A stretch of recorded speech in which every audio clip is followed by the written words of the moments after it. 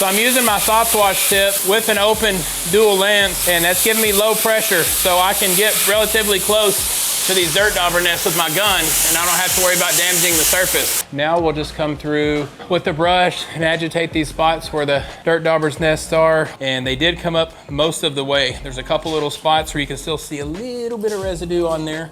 I'm gonna try one little trick with some Rust Remover Plus and see if that might loosen it up just a little bit.